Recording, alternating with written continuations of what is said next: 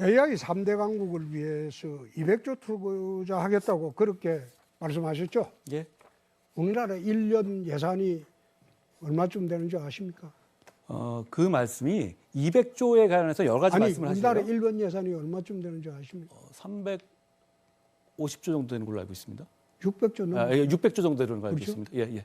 그런데 자, 그러니까 제가 그 말씀 드리려고 200조를 했던 거였어요. 투자하겠다면 뭐 실수겠죠, 설마? 네, 저거는 좀 실수고 350 조가 솔직하게 그 인정을 해야 되는 몇 실수고 년도야? 실수고, 예, 그건 실수인데 네. 사실 요와 관련돼서 AI와 관련돼서 굉장히 또 인상적인 장애전이 좀 펼쳐진 게 있습니다. 제 생각엔 그것 때문에 홍준표 후보한테 제가 차단된 것 같은데, 네.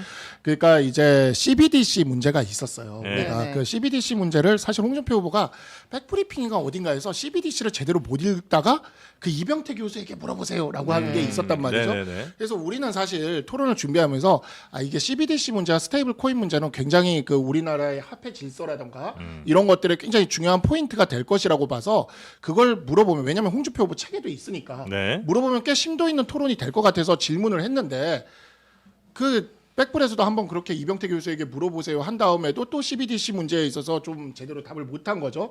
그러더니 이제 사자 토론에 와가지고 다시 안철수 후보랑 얘기를 하는데 뭔가 CBDC랑 스테이블 코인에 대해서 두 분이 얘기를 하는데 뭐가 안 맞는 거예요, 밸런스가. 근데 이제 이병태 교수가 갑자기 그날 SNS에 등장을 합니다. 카이스트 이병태 교수가 딱 등장을 해서 뭘 얘기하냐면 미국은 CBDC를 금지한 적이 없습니다, 이렇게 글을 썼어요. 근데 미국이 올해 1월에 트럼프 대통령이 CBDC 금지 행정명령에 서명을 했거든요. 네. 그 우리나라 주요 일간지에도 다 터졌거든요. 근데 그거를 제가 그래서 그 기사를 딱 올렸더니 다음 날 이제 이병태 교수님께서 다시 페북에 올려주셨는데, 저희 보고 가짜 뉴스라고 매도를 하시더니 그 기사를 보시더니 이제 이병태 교수님이 그 얘기를 하신 거죠. 자기가 뉴스 업데이트가 늦었다.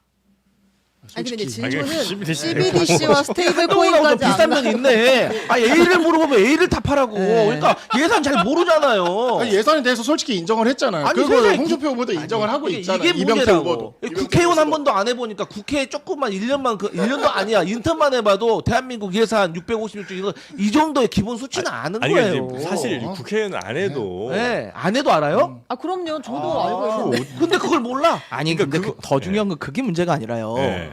예산 수치를 틀릴 수도 있어요. 예, 관대하게 보자고요. 틀릴 수도 있어. 근데 AI 200조 넣겠다고 그랬잖아요. 근데 나라 전체 예산이 350조라고 한다는 거는 AI의 60% 가까이를 넣겠다는 거예요. 우리나라 예산 구조가요. 노동 복지 쪽에 한 30% 쓰이고요.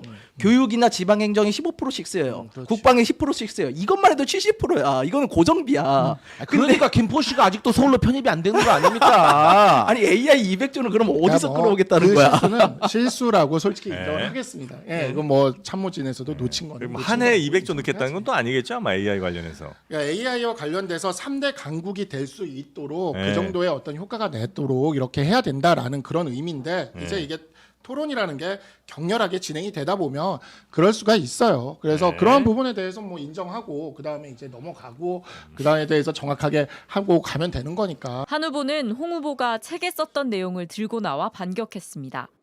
현물 ETF를 도입해야 된다라고 네. 책에 쓰셨어요. 네. 어떤 취지에서 이런 말씀하신지 좀 설명해 주십시오. 네 모르고 썼지 이 묻는 거 아닙니까?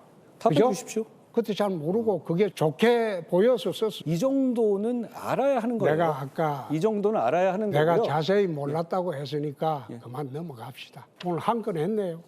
사사건건 깐족되고 사사건건 시비 거는 당대표를 두고 대통령이 그 참을 수 있었겠습니까? 한동훈 후보는 국민 앞에서 대통령 폄하한 일 없습니까? 에? 대통령한테 깐족되고 조롱한 일 없습니까? 제가 이거 먼저 여쭤보죠. 깐족된다는 말이 무슨 뜻입니까? 계속 쓰시던데 일상생활에서 다른 주변에 있는 분들한테 깐족된다는 말 쓰세요? 씁니다. 네, 홍 후보가 깐족거리는 당대표 때문에 대통령이 계엄을 한 거 아니냐 이런 식으로 공격을 하자 네. 한 후보 역시 물러서지 않았습니다. 한 후보의 발언도 이어서 들어보겠습니다. 시중에서 홍 후보님 코박홍이라고 부르는 건 알고 계시죠? 너무 몰라요. 모르세요? 네. 코를 박을 정도로 90도로 아부했다는 걸로 네. 말씀드리는 거예요. 한번 찾아보십시오. 인터넷 찾아보시면 나오는데요. 대통령 편들면서 이간질하고 했던 홍 후보님 같은 분이 문제이고 홍 후보님 같은 분 때문에 결국 이런 상황이 이른 것이다라고 저는 생각해요. 대통령한테 45도 절한 게 그게 아부하는 겁니까? 대통령에 대한 그게 존경입니다. 예? 대통령에 대한 존경입니다. 예의고. 참 그런 것도 모르고 대통령 앞에 깐족거리고 그랬으니까 얼마나 화가 났겠어요. 네, 뭐 같은 당 대선 후보끼리 벌이는 토론회라고 하기에는 거친 측면들이 있네요.